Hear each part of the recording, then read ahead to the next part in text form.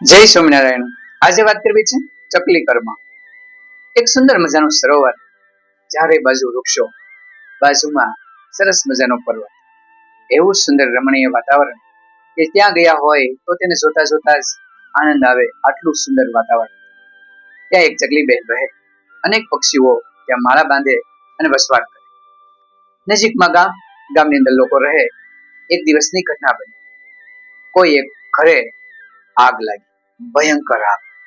લોકો દોડવા લાગ્યા અને ઓલવવા માટેનો પ્રયત્ન કરવા લાગ્યા। આ બાજુ ઝાડ પર બેઠેલી ચકલી વિચાર કરવા લાગી કે હું શું મદદ કરી શકું, આ માણસનું ઘર ભડ બળી રહ્યું છે। તરત એ સરોવરમાં ગઈ, પોતાની સાંચ બોળી, જે કઈ ટીપાઓ પાણીના આવ્યા એ લઈને ઉડી અને બળતા ઘર ઉપર નાખે। ફરીવાર સરોવરમાં આવે, પાણીના ટીપા ભરે અને બળતા ઘર ઉપર નાખે। સતત ફેરા શરૂ કર્યા, જાય આવે। ત્યાં બેઠેલું એક ઘુવડ આ જોડે, આ ચકલી શું કરી રહી છે, પાણી લઈને ત્યાં ફેંકે। ચકલીને બૂમ પડી, ગાય ચકલી શું કરશો?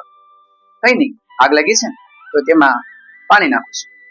સાની મની બેસ, આટલા હજારો માણસો પ્રયત્ન કરી રહ્યા છે અને આટલું પાણી નાખી રહ્યા છે અને તું હું બે ટીપા લઈને દોડશો, આરતી શું આગ ઓલવાઈ જશે?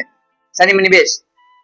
છતાં પણ ચકલી માની નહીં અને સરોવરમાંથી ટીપા ભરી નાખ્યા અને પોતાનું કર્મ શરૂ રાખ્યું। ઘુવડને ફરી ક્રોધ ચડ્યો અને કીધું કે ચકલી, તને બુદ્ધિ જેવી જાત છે, આટલા બધા લોકો મહેનત કરે છે, નાખે છે, છતાં ઓલવાતું નથી અને તું તારા ટીપેથી કામ કરી નાખીશ? અને ન કહેવાના શબ્દો ઘુવડે કહ્યા। ત્યારે ચકલીએ કીધું, સાંભળ ઘુવડ, હું કર્મ કરું છું, જ્યારે ભવિષ્યમાં ઇતિહાસ બનશે ત્યારે મારું નામ છે ને એ આગ બુઝાવનારમાં આવશે અને તારું નામ છે ને આગ લગાડનારમાં આવશે। મારું નામ આગ લગાડનારમાં ન આવે ને એટલા માટે હું કર્મ કરું છું। ઘુવડ તેને સોતું જ રહી। બસ સમાજની અંદર આવી ઘુવડ વૃત્તિ અને ચકલી વૃત્તિ ઘણી બધી જોવા મળે છે। તો શું હું ઘુવડ વૃત્તિમાં છું કે ચકલી વૃત્તિમાં છું? મારા કર્મને હું પ્રાધાન્ય આપું અને સતત કર્મ કરતો। ઘણા બધા રોકશે કે તું રેવા દે, તારું આ કામ નહીં, પરંતુ આપણે તો કર્મ કરે છે। ભગવાન શ્રી કૃષ્ણએ પણ ગીતામાં કહ્યું છે, હાક મારતો જા, કામ કરતો જા, મદદ તૈયાર છે, તારથી જે થાય એટલું કામ કરતો જા અને કર્મના બંધનથી હંમેશા તું મુક્ત થતો જઈશ। આમ ભગવાનને એ વાતને ધ્યાનમાં રાખી નાનકડી ચકલી પણ પોતાનું કર્મ ચૂકતી નથી। ચકલી શું, કીડી પણ હંમેશા પોતાનું કર્મ કરે જાય છે, અનાજનો સંગ્રહ કરે અને પોતાના કર્મની અંદર ક્યારેય પાછી નથી પડતી।